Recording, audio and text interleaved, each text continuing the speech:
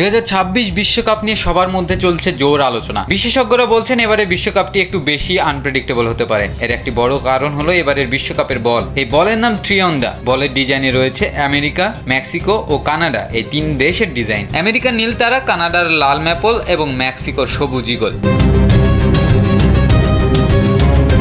বিশেষজ্ঞদের মতে এটি বিশ্বকাপ ইতিহাসের সবচেয়ে নিখুঁত ও গোলাকার বল। এই বল নিয়ন্ত্রণ করতে খেলোয়াড়দের অনেক বেশি সমস্যায় পড়তে হবে। বাতাসের বাধায় বল হঠাৎ দিক পরিবর্তন করতে পারে, বল নির্ধারিত গন্তব্যে পৌঁছাবে না, বল কার্ভ করতে অনেকেই ব্যর্থ হবেন। এজন্য অনেকেই এই বলের তুলনা করেছেন 2010 বিশ্বকাপের বিখ্যাত জাবুলানি বলের সঙ্গে। এছাড়াও বলটি ভালোভাবে গ্রিপ করার জন্য এতে ঈগল, ম্যাপল পাতা ও তারার নকশা এমব্রয়ডারি করা থাকবে।